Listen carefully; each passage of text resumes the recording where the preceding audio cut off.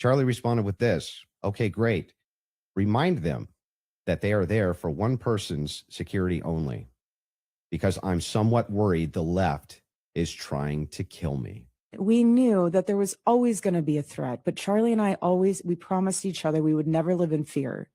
And he would say, if they're going to get me, they're going to get me. But he was not messaging people the day before saying, I'm going to be murdered. They're coming after me. Hey guys, welcome back to the podcast. I'm your host, Carissa. And I'm Christian, and this is A Lot in Common. So how are you doing today, sister?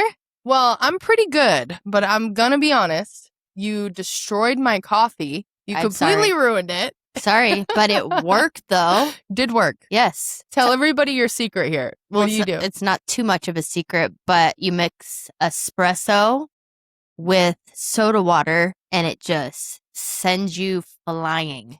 It's really strong. You were saying that it opens up like the absorption ability of espresso, and it definitely worked. Little wired. Also, the taste is unbelievably disgusting. Yeah. I can't even.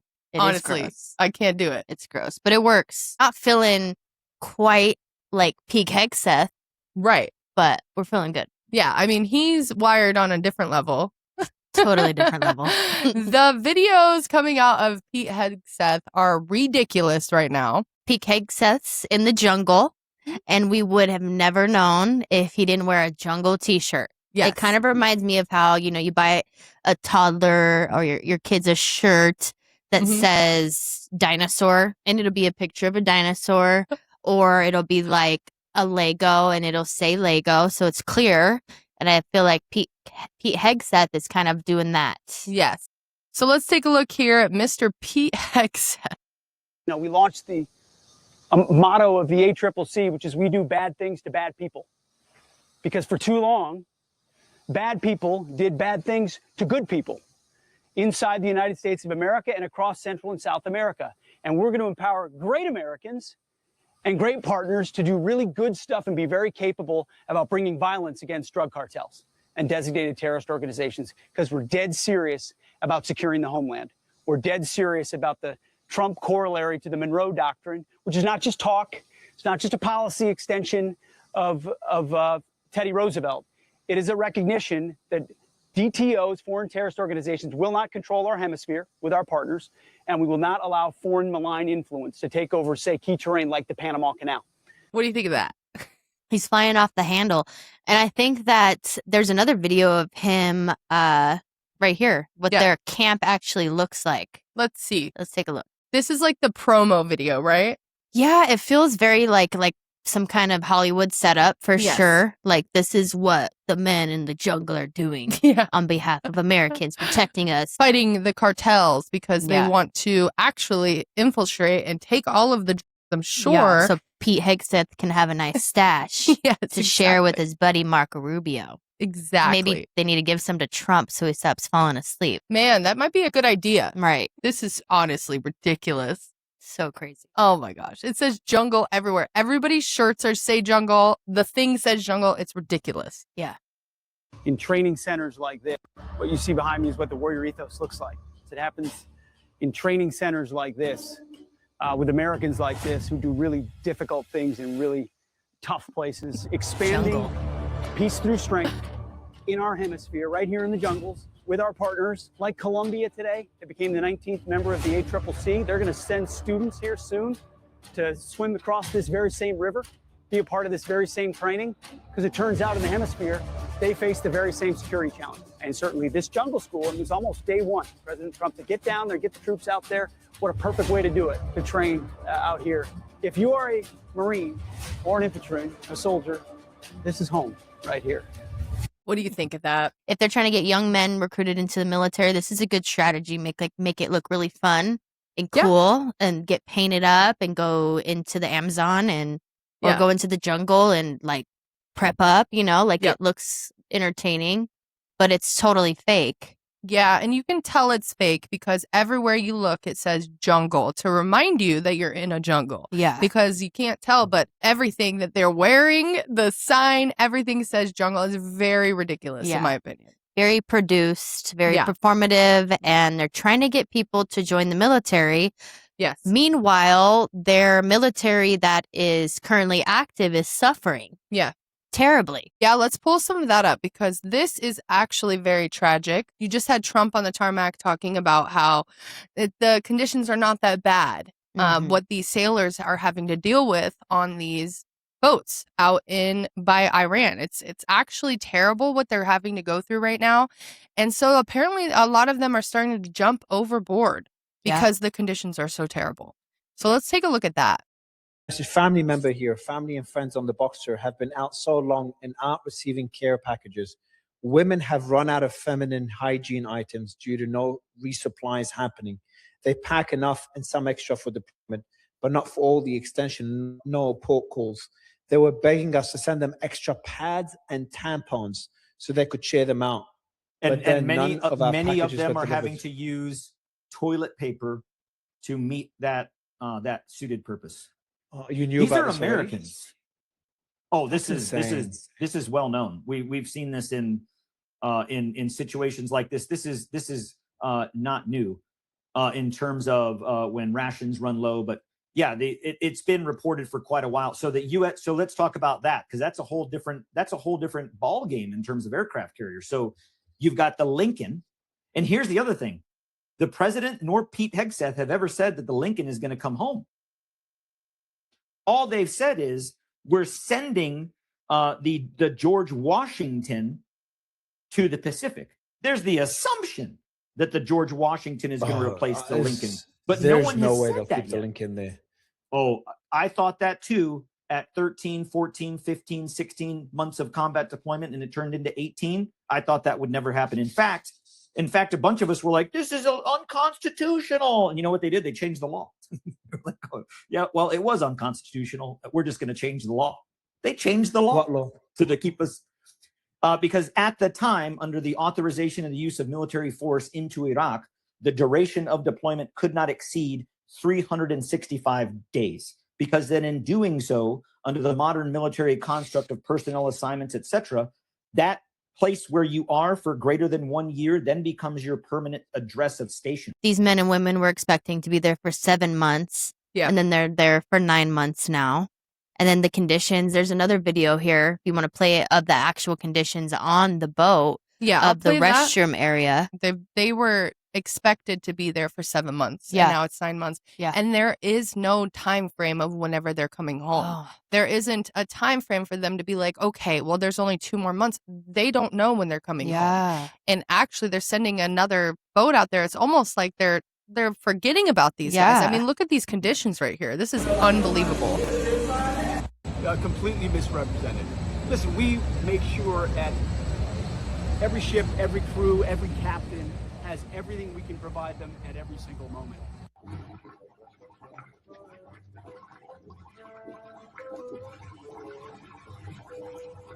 It's just a bathroom, totally just disgusting, flooded, clogged. Can't go in there. Where they would take showers, where they use the restroom, like it's inhabitable. So that the sewer is presumably. I wanted to see how the ship looked or the head looked. The sewer is presumably coming out of the sink. Oh my gosh. That's really gnarly. That's disgusting, and you can get really sick from that. And they're saying there's like mold in the showers, and I was wondering if it's like the reason that this crew is becoming like suicidal and depressed. It could be mold poisoning too. Absolutely. 9 months of being, who knows how the condition of, or what the condition of the boat was before they got on. Right. It could have had mold growing already. Yeah. I mean, That's a serious thing. Were they actually taking good care of the ship before they deployed it really quickly and out of nowhere? Because again, Trump did get us into this war very quickly. And so who knows if it was ready to go in the first place. Apparently it wasn't. Or if it was not ready to withstand this amount of time that it's been out on the water. So it's like what they're doing is they're making videos of themselves in the jungle having fun and then trapping all these military servicemen that think they're getting into some kind of combat to protect the United States, tricking these young men. And then they're trapped on these boats and they're trapped in these wars that are just meaningless. And I mean, I was listening to somebody speak about talking to the people that are actually deployed, and a lot of the people have no reason why they're there. They know that they're not fighting this war for us. They're fighting it on the behalf of, and it's a pointless war that nobody wanted to get into, and it's going to last way too long. It already has. And then the administration on top of that just keeps lying and saying, no, we're winning the war. We're winning the war. You're going to have to pay $4, $5 for gas. It's only a couple dollars. You'll be fine. Like, it's ridiculous, the gaslighting going on from the administration. And these poor people have to sit here and deal with it physically, mentally, emotionally, and, spiritually. They are fighting these war of their own in their mind, having to stay on this ship and jumping off the ship. That's very intense. Yeah, and that's very telling. Like, they want to end their life. That's how bad it is, because they have no end in sight. There's no end in sight. There's no hope. They're missing the time with their families and their kids and their wives, and like, time is your most valuable thing. And our government is taking that from them. Yeah. It's so serious. And they're sitting here, they're just laughing. They have the best time, I mean, Pete Hegseth, every time you see him, he's laughing, sweating, and totally on, allegedly. Yeah. So here he is. Which is how we have to fight. By the way, I'm a Norwegian from Minnesota, so I sweat like a son of a bitch. This is South Carolina in August. That tactical innovation is sustained by the relentless home station support of the 628th Air Base. Yeah, maybe I'd believe it if he wasn't constantly in a state of sweat. Like, every time we see the guy, he's on, like, in my opinion, in our opinion, you think he's on some major from Colombia, apparently. Yeah, I mean, his eyes did light up very big whenever he was talking about Colombia. So it's just a theory people are talking about online that he is into some stuff out there. Yeah. And it seems like it. Yep. But we also have Trump was on the tarmac. Of course, we were talking about how he was sitting there, telling us to pretty much suck it up. You'll be fine. Right. So let's take a look at what our president and commander-in-chief has to say to us. Members of U.S. service members are concerned about the conditions on board the USS Lincoln. Well, no, that ship is moving. No, they're not. That ship is moving right now, or very shortly, and it's being replaced with another very similar ship. Has the deployment's gone on too long? Are you worried No. Not nearly long enough. Thank you, Ew. everybody. So I just say this. So for you to pay a tiny little bit more for your gasoline, just remember, you're doing it so that a very evil country cannot have a country. Really, it's the number one state sponsor of terror in the world. We don't want to have them have a nuclear weapon. So remember that when you have to pay a little bit more, you're at $4. It's okay. I mean, it's I'll never apologize. I did the right thing. But you could, if you didn't have. And then they start clapping. Yeah, of course. They need to get locked in back there. They need to stop clapping, stop going along with the program. The military needs to stand up. They need to start speaking out. They need to start calling their families at home, letting the world know what's actually going on. And they kind of are with this, with what's happening with the Abraham Lincoln. They kind of are. They're calling their family. That's getting out. That's good.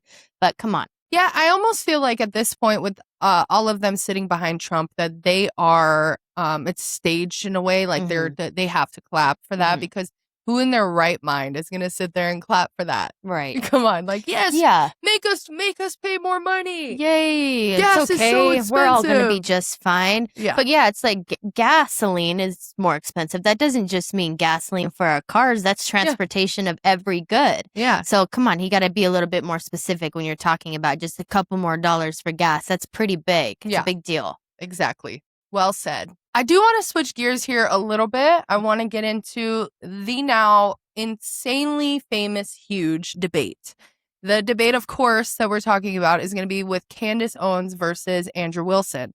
We all saw it. I know all of you guys have seen it because it was huge. It was like 1 million people watching during the live, like spread throughout all of the different platforms. And so it was huge.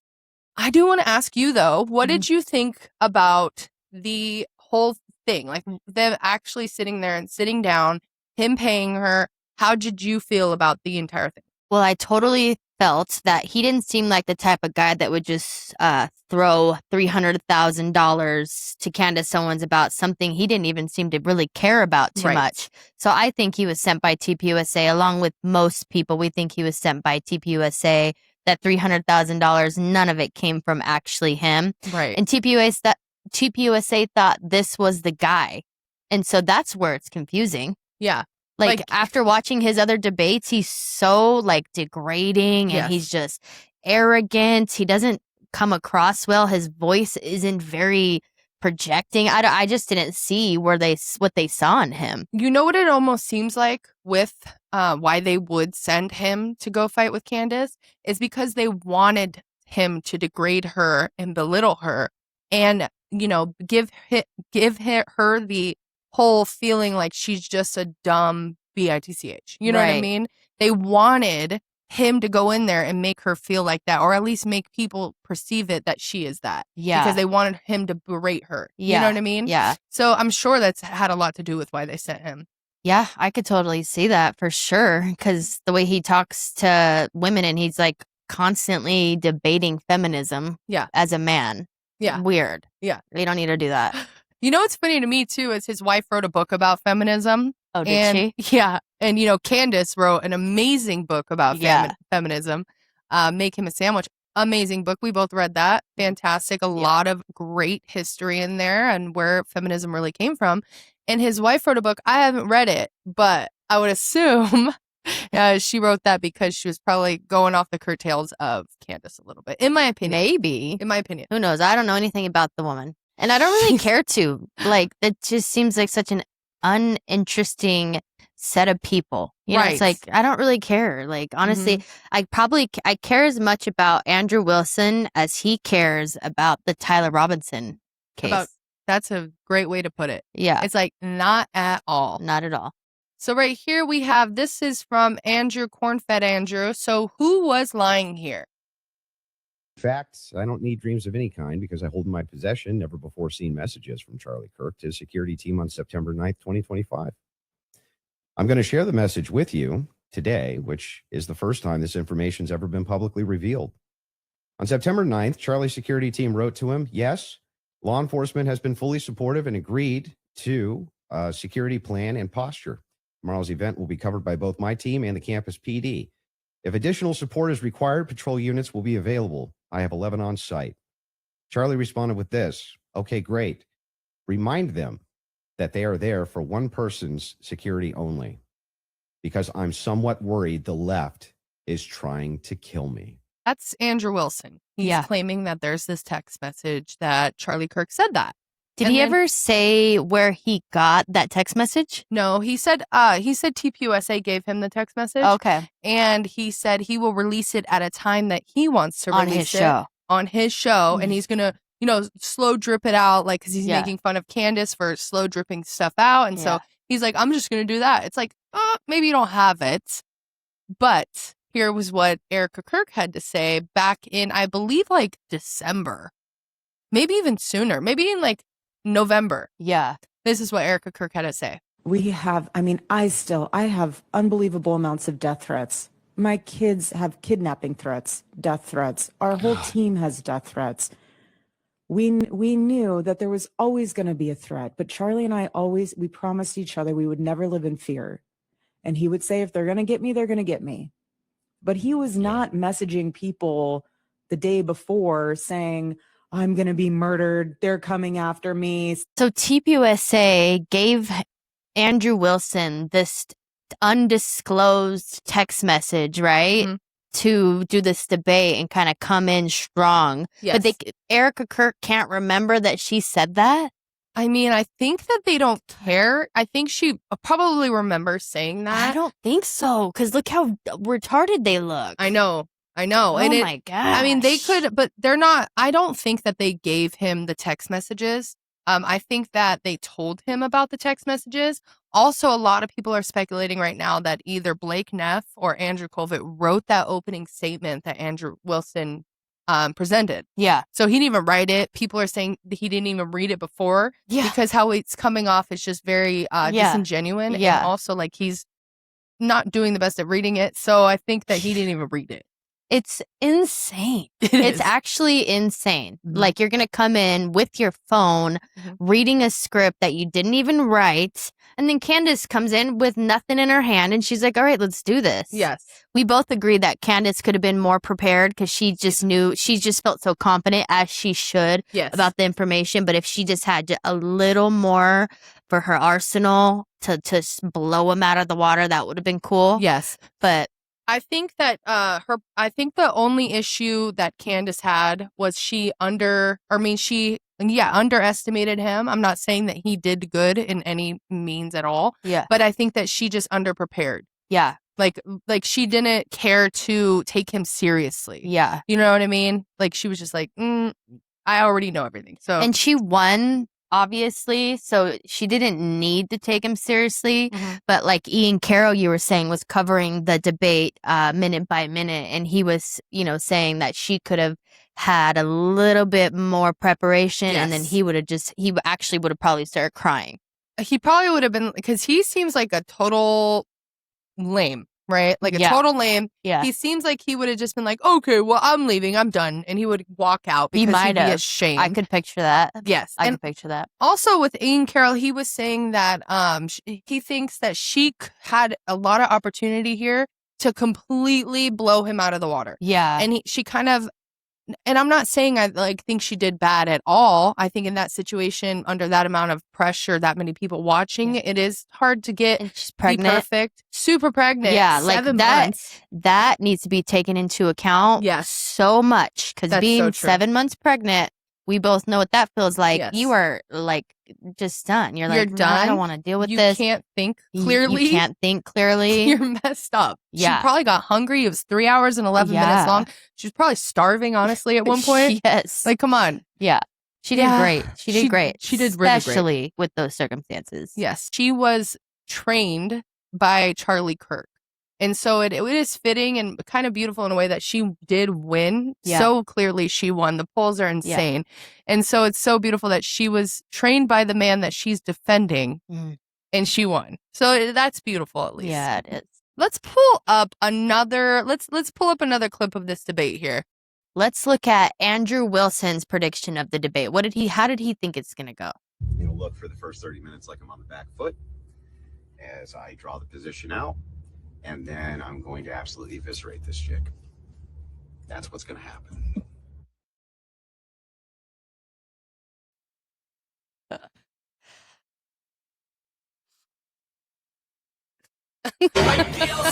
Whoa.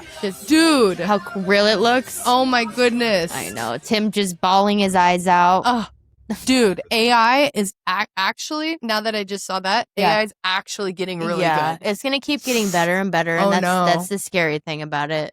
Then right here, we've got representatives of TPUSA publicly supported Andrew Wilson going into this debate with Candace.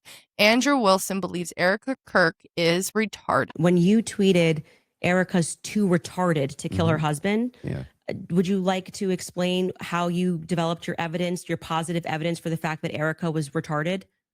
Yeah, sure. So Yeah. I just think all women are retarded. Oh, so you're allowed to. And by the way, and Like, what dramatic when you tweeted? Oh, Isn't man. that's like, that's not, he's supposed to be like the greatest debater. Yeah. And you're literally going to sit here. He could have used that in so many different ways and So been like, many different ways. well, like he could have made that look so good. Yeah. And he's like, well, I just think all women are retarded. Like, Yeah. are you serious? Yeah. That's your debate? Yeah. She just owned him with that. Yeah. Completely owned Love him. it. Yeah, she did so good. Oh my gosh. She lined that up so good. She did. That was really good. Well, yes. So this was huge. How Andrew Wilson couldn't say even one charge. Yeah. That the whole case is about. Insane. That's really crazy. That's insane. absolutely wild. And I love how Candace ended it with that. Yes. Love it. That was a fantastic strategy on her point Mhm. right there. If you're going to engage and you're going to say the evidence is overwhelming that Tyler Robinson is guilty, I just think that you should. Like, All right. Can you tell me one? Then let's do the charge that counter. he's- You can really, no, this is a great gotcha. No. You just got to ask me, play Yeah. clips out of context, Yeah, put me yeah. in the hot seat. So Mhm. please just answer the This question. is fair. Can Name you all name- 7 can since you- you've been following the case. Okay, sure. Go ahead. You name one. Yeah, you named all 7. I'm happy to do that, but can you name one? I think he's been charged with murder. That's actually incorrect. Okay, great. Now name all 7. He doesn't even. This is like name all 7. And I can you name all 7? I can. Then do it. Sure, you don't have to do put it. No, do it. I'll count them. Go ahead.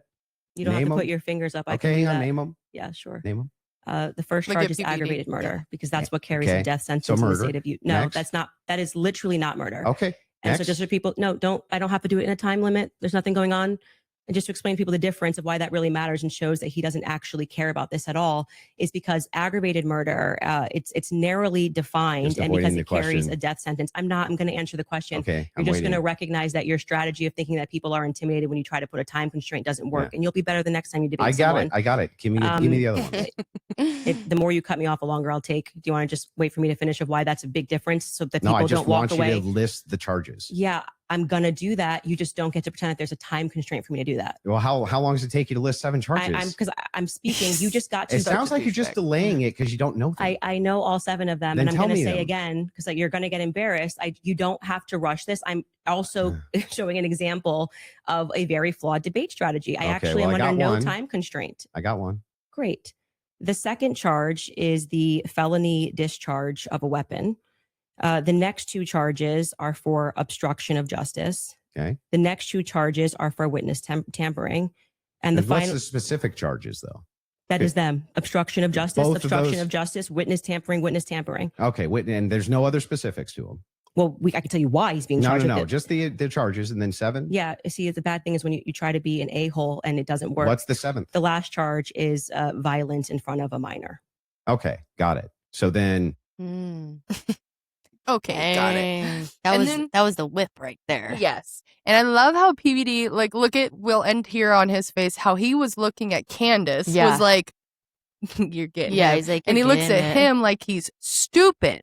Like, 'Cause he bro, is. you're making such a fool of yourself here. And he did. That last part was really important to the debate to Yeah. end strong like that because debates are really annoying. They are. Yeah. You're not going to end up agreeing at the end of it, right? Yeah. So it's just like you're supposed to just tell your point the best you can, and who the audience gets to choose who won, right? Yeah. And so I don't like debates. I think they're retarded. But PBD even sitting there is like, you can tell. Yeah. You could tell who Yeah. won. He knew. Everybody sure. knew. Andrew's one of those guys that has lots of facts lined up, but no wisdom at all. Right. Yeah, he just has facts, no Yeah. wisdom. And no care really behind the facts. Like Yeah. he doesn't actually care. Yeah. So why is he there? That's Yeah. what the whole interesting thing. We can end on the debate stuff, but the whole point is why was he even there? Mhm. And I think that we can all infer that it's because TPUSA sent him to try to make a fool of Candace, and they once again Jeez. underestimated her. Gosh, out of all the people in the world that TPUSA could have paid to do this, Mhm. they thought Andrew Wilson was the one. Says a lot about TPUSA. It sure does. And that's allegedly, we don't know for sure that they sent him, but I think the whole world kind of gets that feeling. Yeah. Like Andrew was trying to make fun of her a lot. Everybody just has a feeling. I mean, yeah, definitely listen to your gut and listen to your discernment. I think we can discern in our opinions that they sent him. For sure. For whatever reason, Joe Rogan is saying that he is believing Candace Owens more and more every day. Mm-hmm. I personally believe it's because he's losing his audience because of how much of a liar that he is and how much of a tool he is. Yeah. I agree with you 100%. People got really mad at Joe Rogan for the Theo Vaughn things that he said in the past. Yeah. They got very upset with him, and he had to recount that. And now, right after he has Andrew Wilson on, an episode or 2 later, he says that he has to side with Candace more and more as each day goes on. Mm-hmm. So let's take a look at him switching sides again. This is the true definition, in my opinion, of grifting. A lot of people like to say people grift a lot. This is grifting, in my opinion. Grifting 101. Yes. Mask for a little bit, though. I genuinely, both Duncan and I, both gained respect for the furries. Yeah, but then they shoot the president. Nah, I don't know if they Wasn't that did. guy a furry? No, he loved a furry. Oh, he loved a furry. Yeah, but Sorry. I'm not even sure if that's true. All right. The more time goes on, the more I'm leaning towards Candace Owens. What? Wait, whoa. She's got some very interesting theories about. Look at Hey. Yeah, I think that he is just going with the crowd with that one because he saw the backlash from Theo Von and how much Theo Von's fans, got offended by that. And Candace Owens even has a little bit bigger of a following than Theo Von. So I think that he's just right in the gravy train. Yeah, and I mean, he will slip up and say some negative things about people that are huge, like Theo and Candace, and then he has to immediately, it's almost too obvious when he does it, right? Yeah. He's like, actually, no, I changed my mind when he's like talking to his friends. And it's like, well, okay, I guess, I mean, it's fair that all is fair. You're able to change your mind. Yeah. Right. But that drastically, you had Andrew Wilson on your episode and you were pretty much asking him everything about the case. Yeah. And Andrew was explaining to you, you're like, yeah, that makes sense. That makes sense about everything. Right. It's too much of a switch up for me, and it's too consistent that he switches up. You know what's funny about this interview is he's talking about his good friend Duncan Trussell, right?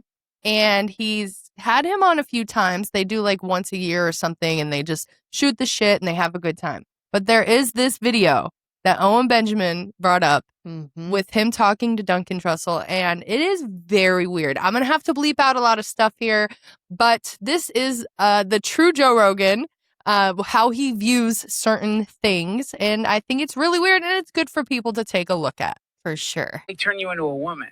Yeah. You wouldn't hesitate to turn I'd into like a to woman. feel a inside me. Yeah, exactly. That's what I'm saying. Me- As a woman. Yeah, and I don't think it made me gay. No, exactly. It doesn't make you gay. Trust me, as someone who's felt many inside of them, it doesn't make you. I'm just kidding. But If like, you could be a woman and actually be attracted to a male. Okay, it gets worse, obviously. Hang on a second. This is your hero, boys. This is your fearless leader. And a guy with a battering ram. let me try He's it. just gonna send it home. See what happens. And you can't wait. You want to feel him come inside your. Okay. Okay. So that's gay Rogan. That's literally gay Rogan. And after seeing that, I'm like, this guy's gross. Yeah, he's definitely a little bit gay. And you know what's funny is there's always been these theories or rumors that Joe Rogan's a little gay. Mm-hmm. And it kind of seems like it. I mean, listen, men have horrible, stupid jokes. And I get that. Yeah. But with the excitement that he's saying these things, and then he says real quick, he's like, as a woman, it's like, whoa. Yeah. Okay, first of all, so weird. Yeah. And then also you're on your podcast where millions of people are going to listen to it. Mm-hmm. You don't think to not make that weird joke? I don't know. I just think it's really weird. You guys may agree. I'm sure some of the men are going to disagree here. They're going to say it's just funny. Their banter, whatever. Well, the men that say that, they're probably gay.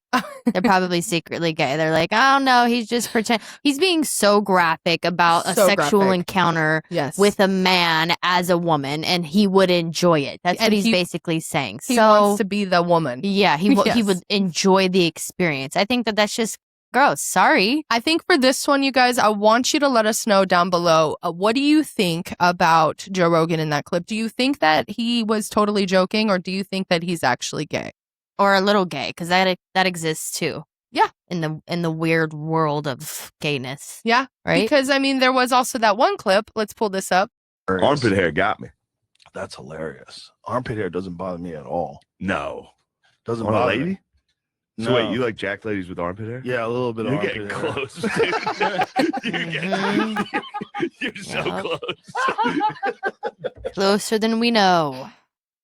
Yeah, I mean, that's a funny joke, and that was, really funny, but he means it too, though. He does. He doesn't mind it. Yeah. He's and half then, gay. So you're going to keep adding up all these things. See, this is what happens. Yeah. You keep adding on things Yeah. over and over in every conspiracy, and guess what? They start coming, it starts proving that they're true.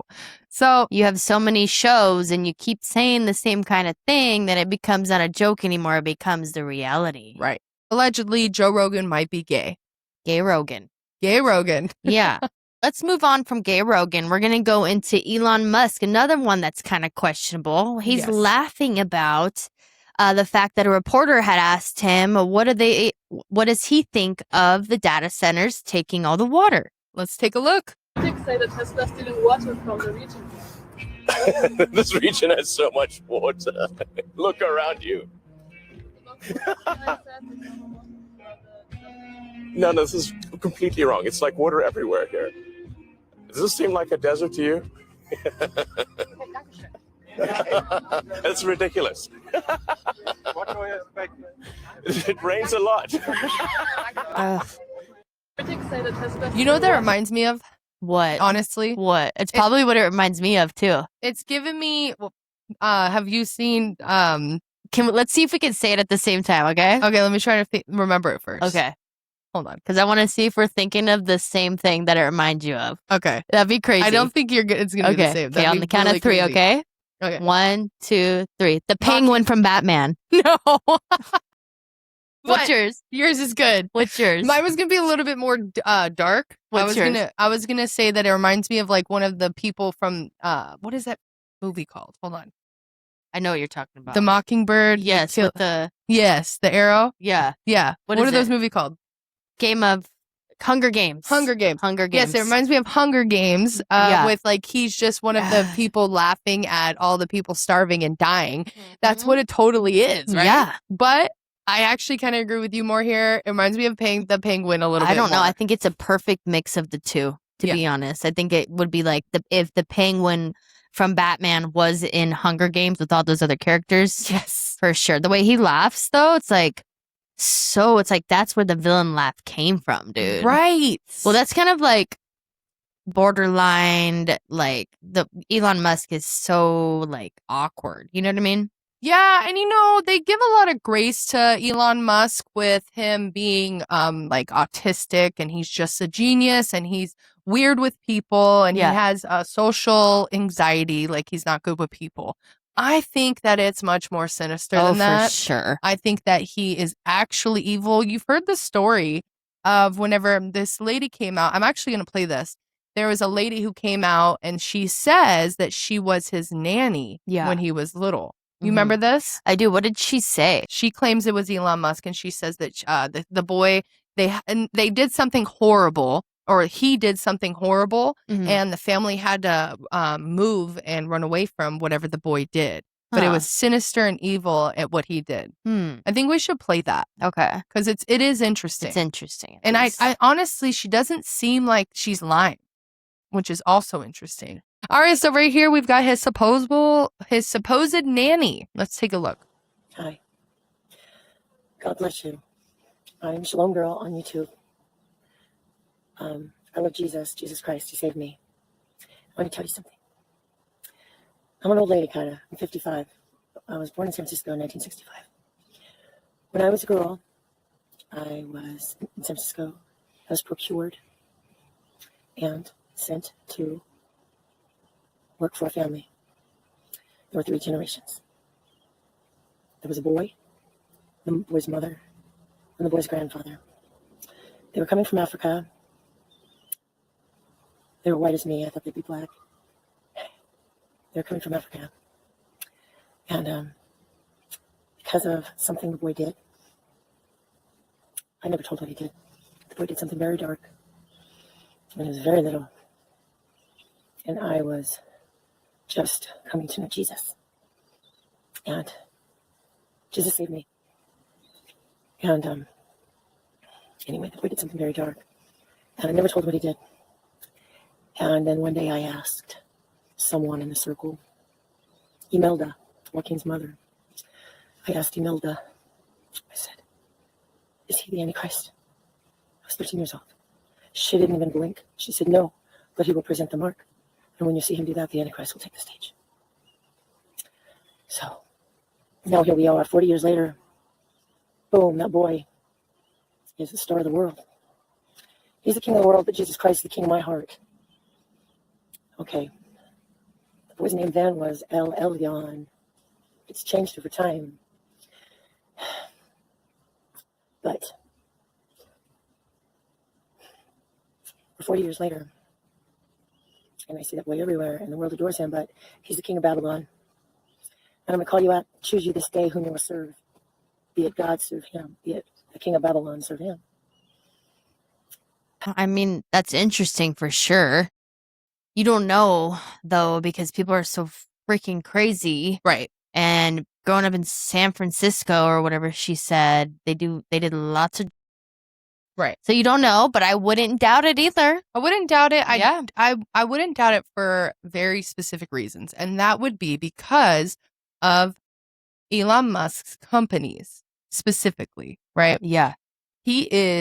First off, he is the richest man supposedly in the world. He's a trillionaire now, right? Yeah. And he owns everything. He's got the world in a chokehold. He was part of our government. Everybody was rooting for him. Everybody loved him, right? Mm-hmm. And then he's got his Tesla cars, right? Yeah. And those are going to be all over. Everybody has a Tesla. If you cannot go 5 miles without seeing like 10 of them, Right. They're everywhere. Yeah.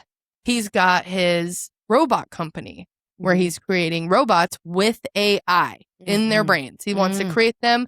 And he said many times that there's going to be more robots than there are people by like 2035. Unbelievable, right? Yeah. He's got his brain chip company, right? Where he's going to put a chip in people's brains and it can apparently make you superhuman. Yeah. He's also got his boring company, which digs tunnels in the ground, which is really strange. And they don't really talk about that company a lot. But it's constantly going. They're boring tunnels into the ground. Yeah. And then, of course, he's got his rocket company where he's sending spaceships all over the place, supposedly, right? Yes. Apparently to the moon as well. Or they're going to start doing that. He wants to build space cities on the moon that everybody are going to be able to go to, right? Mm-hmm. And then, of course, he owns the biggest platform in the world, X, that also has an AI. Yeah. Am I missing anything here? I think he owns more things. I definitely would say, if I had to put a finger on that, if there was a one Antichrist, I would say Elon Musk would be it. Right. For sure. Yes. Because of his power and how he's incorporated himself into everybody's daily life and how he's creating himself not only like an addition to your life, like your car or things like that. He's trying to put himself in you. Yes. Physically. And then also, I just remembered, also Starlink. So he's got the satellites all around the earth. He's monopolizing the world. He's Yes. monopolizing the world. And he is evil. Seems pretty he's evil. Dark MAGA. Allegedly, he is in control. And if that lady was telling the truth, I think it would make a lot of sense. Because of the outcome of him and what he does and how much control he has. Also, it is very interesting. You know, you always see photos. They always show you they say a photo is worth 1,000 words. And so we've got right here, Mr. Elon Musk with devil himself. Right. Just look at these turds. Also in this picture, it's kind of interesting because I feel like they look like they're on as well. Right. They all are on. They all are because they know that their eternity's not looking so good, probably. Right? Yeah. I mean, they run the world. They do they just party. You know, I mean, they destroy and kill so much. I believe that is BB's son, Yair, right? Yes. Yep. Yeah. And so, I mean, he's just sitting there. Of course, they've got him. They totally got him by the balls here. Or he's got them by the balls. We don't know how things are running under the cover. All we know is they're not good. It's like if there's good and bad, they're bad. And we'll just keep them all in the bad category. Right. We'll stay on the good side. And I don't care about your level of badness. You're bad, you're bad. See you later, alligator. Yep. Elon Musk could possibly be the Antichrist, or there could possibly be multiple Antichrists. I guess if you're against Jesus Christ, then you're anti. And so there's lots of Antichrists. But it really seems that we are ushering in end of times. And the more videos that I see come up and the more earthly disasters that are happening, it kind of seems like it. So it's this guy named Gabe Poirot. I actually watched him on the Jesus People podcast where he talked about we both watched it. Mm-hmm. He talked about his near-death experience, and it was so moving. If you haven't seen it, Definitely check it out. It's him on the Jesus People podcast. It's so good. But here he's talking about the end shift being here. Something big is about to happen in California and America now, is what many are discussing after connecting the dots, seeing that what happened in Venezuela, the earthquakes that took the lives of thousands, the blood red moon skies that followed, hasn't been the only scenario. Now earthquakes in Colombia, Indonesia, everywhere from Spain, all across the country, and now in Northern California, as far north as Sacramento and as far south as Santa Cruz, earthquakes are indeed occurring. We need to have a conversation because there's actually a scriptural connection to these end times prophecies coming to pass. And of course, everyone has been talking about the fault lines in California, how they are the most challenging and predictive in the entire country. And it's always easy to watch international events. It's always easy to watch other countries go through these tragedies, start to connect the dots, and you see that these end times prophecies are coming to pass. But you just say to yourself, well, it's not in my country. It's not in my state. So what is it to me? I don't know if that's a biblical take. I don't know if that would be a wise take. As those who walk in the light, we are called to discern the times in which we are in. And there's a reason why it's not only scientists who are telling you something big is about to happen, but if you walk intimately with the light, with him, not some false gospel, not some pretty pony gospel, not some feel-good gospel, if you walk in the truth of the death, burial, and resurrection of Christ. Yeah, I mean, there is a lot going on. I just wonder because you hear about the end times prophecies being fulfilled, but I really feel like they can manufacture end times prophecies. I think that they're doing that in the Middle East. I think that has a huge role in doing this, ushering in the end of times. And so whenever you look at earthquakes, they're able to do earthquakes. I think so. You know, I think it's a pretty wild and out there conspiracy, but they're supposedly able to make earthquakes. I mean, look what they do. They spray in the skies. They can make it rain. There's a lot of different things that they're able to do. They can make bombs. Yes. A bomb could trigger an earthquake. If they put a bomb on a fault line, they could trigger an earthquake. So right there, I feel like you're right. Yeah. And I mean, they do stuff under, like, it's like seismic stuff that they like. Seismic? Seismic stuff that they direct energy. They use direct energy weapons in a lot of different scenarios, including wildfires. So, I mean, they could definitely be, and that, you know, but that's the great debate, though. Is it from manufactured prophecies? Yeah. Or is God allowing them to manufacture the prophecies? And so, regardless, it's happening. You know what I mean? It's kind of you don't know which one it is, but it does appear that it's happening, and they are ushering these in. Yes. And, you know, I sometimes feel like, because our lives are just a blink of an eye. You know, in the Bible, it says our lives are kind of like a short thing that happens, you know? And so when our lives end, we meet the end of our time. Right. And so it's kind of like in the Bible, I wonder sometimes, are they, you know, is Jesus talking about like us actually all experiencing end of times on our own times? Yeah. You know, like when we die, we experience end of times. Is it going to be like that? Or is it going to be a group end time? Are we all going to experience end of times together, those of us that are alive? Or is end of times just something that happens to each of us individually, and it's something that will happen? That is I don't a know. great point. I don't know. That is a great point. I think it's definitely a question worth asking. And it does seem like that's legit as well. You know, so either if it doesn't happen in our lifetimes, it's still going to happen in our lifetimes because we're all going to die. Yes. Right. And when we So it does die, make that'll sense. be our revelation. Right. That makes sense, sister. Right? That makes a lot of sense. It could. It doesn't have to be a group experience.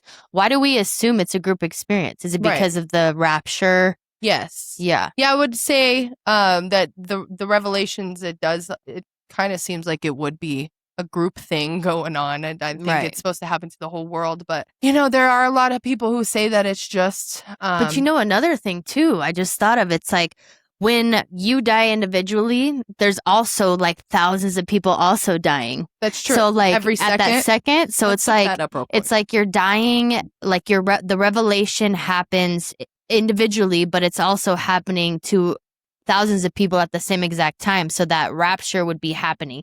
I don't know. It's kind of a crazy, but I'm like, that's a great point because it says on average, global estimate is 121 deaths per minute. So that's 7,265 deaths per hour. 174,349 deaths per day. Yeah. So that's a great point. It could be like, the That's a great Bible point. could be talking about like, at the end of our life, that's what happened. The Bible has been written and compiled over roughly 3,400 years. All right. So it's been around for a very long time. Yeah. And so there is going to be a revelation in every single generation of every single time because the Bible is always relevant. Every single day. Every day, for every generation, for all time. Bible is relevant, you guys.